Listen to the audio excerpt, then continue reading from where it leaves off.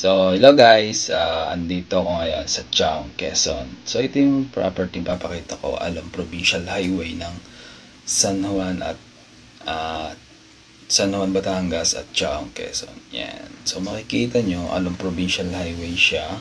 Yan. So, start dito yung property. Yan. So, sabay-bayan natin yung frontage. So, frontage nito guys, medyo mahaba. Yan. So, nasa 83 meters yung frontage itong property. Makikita nyo naman guys na provincial highway talaga siya. So maganda tong property sa kung gusto nyo mag subdivision, warehouse, yan, ganyan po yung magagandang ilagay dito sa property. At saka maganda dito guys, mabilis tumaas dito yung value ng lupa, kasi nga makikita nyo na provincial highway ni siya. So itong provincial highway na to, naka-propose na rin to sa widening. So lalawak yung kalsada dito. So itong binabaybay kong ito guys, going to Chaong, Quezon to, town proper. Tapos yung kabila going to San Juan, Batangas. Yan, hanggang dyan siya yung frontage niya. Yan. So 4.3 hectares ng property. Ngayon guys, pasukin natin yung loob ng property. Yan. So makikita nyo dito guys, sa loob ng property medyo masuka lang pero flat na flat yung area niya. Yan, ganyan siya.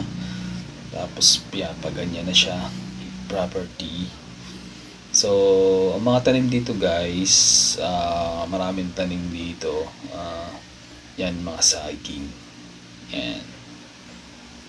So makikita nyo dito guys sa loob ng property, yun nga, medyo masukal lang, pero makikita nyo naman na flat yung area. Mamaya guys, makikita natin yung kabuuan ng property dito sa drone shot nung property. Yan. So yun nga guys, 4.3 hectares to.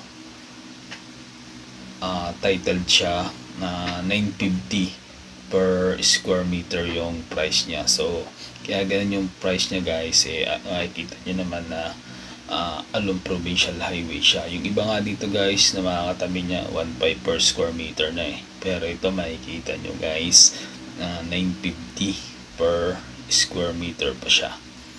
Yan. So makikita nyo guys dito sa drone shot. Yan.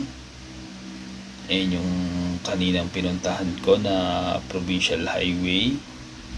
Ayan siya. Iangat natin yung drone para mas makita nyo. Para mas makita nyo rin yung mga paligid nitong mismong property. Yan. Yan, going to Chaong, Quezon yan guys. Tapos itong kabila, yan, going to San Juan, Batangas. Yan. Yan, ang going to San Juan, Batangas. So guys, gaano kalayo ba to sa mismong town proper ng Chaong? So guys, ito magmula sa bayan ng Chaong, magdadrive lang kayo ng 5 to 10 minutes mula sa bayan ng Chaong. Then sa San Juan naman, nasa halos ganun din po, 5 to 10 minutes, kasi guys, halos gitna to ng barangay ng San Juan, bayan ng San Juan at saka ng Chaong, Quezon. So malapit to sa San Juan din. So pag magpupunta po kayo ng Laia, nasa 30 minutes na lang mula dito sa property from Laia, Batangas, pag gusto nyo mag beach doon. Yan. So guys, ayun yung kabuuan ng property. Dito sa drone shot, kitang-kita natin. Kasama pa yan, yung mahawa na yan. Hanggang dun siya sa yan. Yung dulong yan, na parang may mga medyo masukal yan. Tapos ang kabila niyan guys, palaya na. Yan, hanggang dyan siya. Tapos nahati siya dito sa yung punong yan, yung buli po yan hanggang dyan po ang gilid niya sa property. Bali rectangle po yung korte nitong lupa.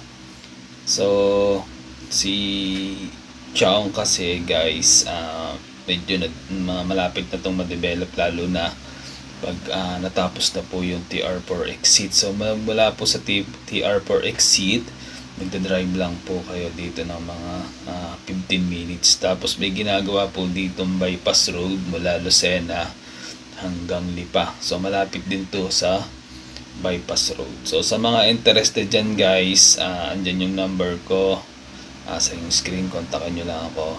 So alam, provincial highway, wala tayong problema sa kuryente, tubig at internet.